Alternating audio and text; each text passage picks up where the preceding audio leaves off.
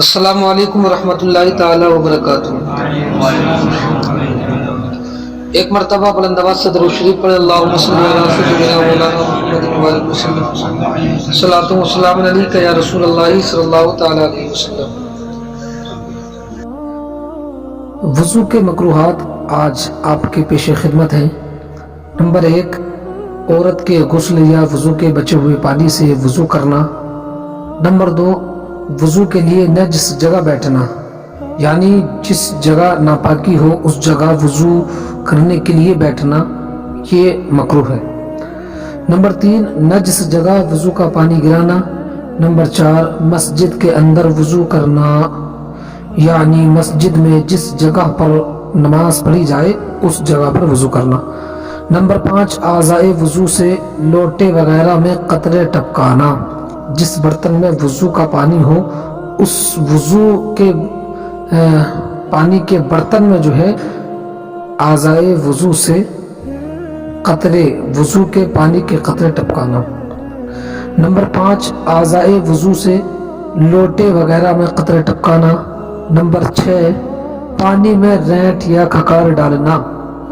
Number 7، قبلے کی طرف تھوک یا کھکار ڈالنا یا کلی کرنا۔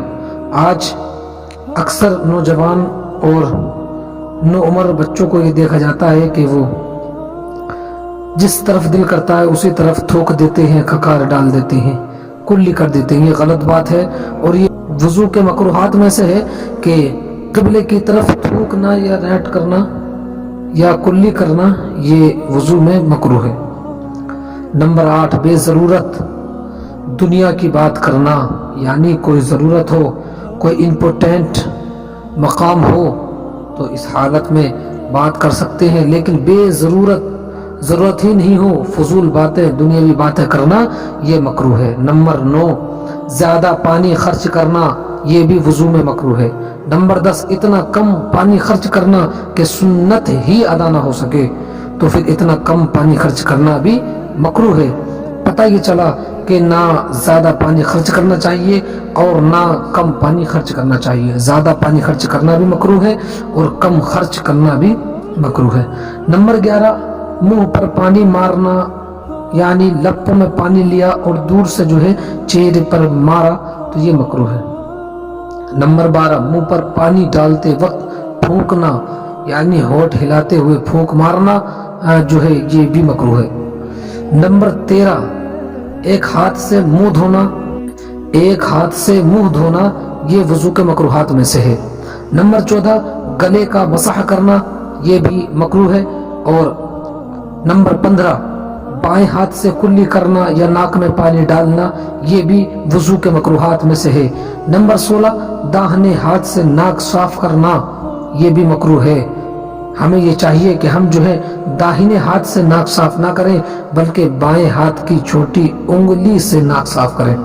نمبر 17، اپنے لیے کوئی لوٹا وغیرہ خاص کر لینا، مثلا کوئی شخص یہ کہے کہ اس لوٹے سے یا اس برتن سے صرف اور صرف جو ہے میں ہی وضو کروں گا تو یہ بھی مکروہ ہے۔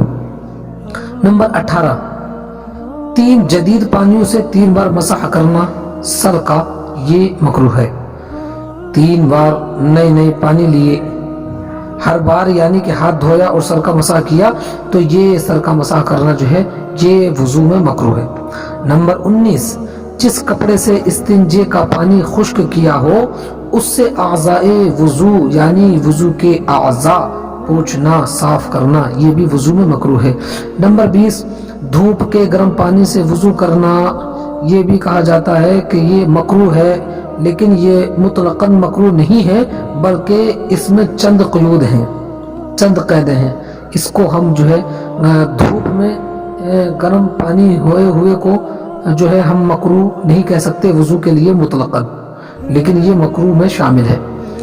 نمبر 21، ہونٹ یا آنکھیں زور سے بند کرنا یہ بھی وضو میں مکروہ ہے، اور اگر اس طرح ہونٹ یا آنکھیں بند کی کہ وہ حصہ جو ہے سوکھا رہ گیا ہے، اس پر پانی نہیں پہنچا تو پھر اس صورت میں وضو نہیں ہوگا۔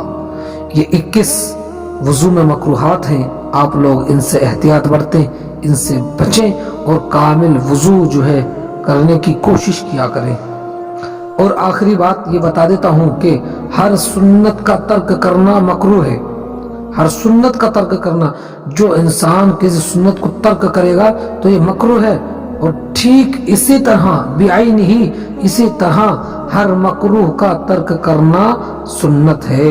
اگر کسی کو یہ سمجھنا ہے کہ ہم سنت پر عمل کیسے کریں گے تو اس کو چاہیے کہ وہ مکروہات سے بچے، خود بخود ایٹومیٹکلی سنت جو ہے ادا ہو جائیں گی۔ اللہ رب العزت ہم تمام کو علم دین سیکھنے کی توفیق عطا فرمائے۔ استغفر اللہ ربی من کل ذنب واتوب الیہ وما علینا الا البلاغ۔ السلام علیکم ورحمۃ اللہ۔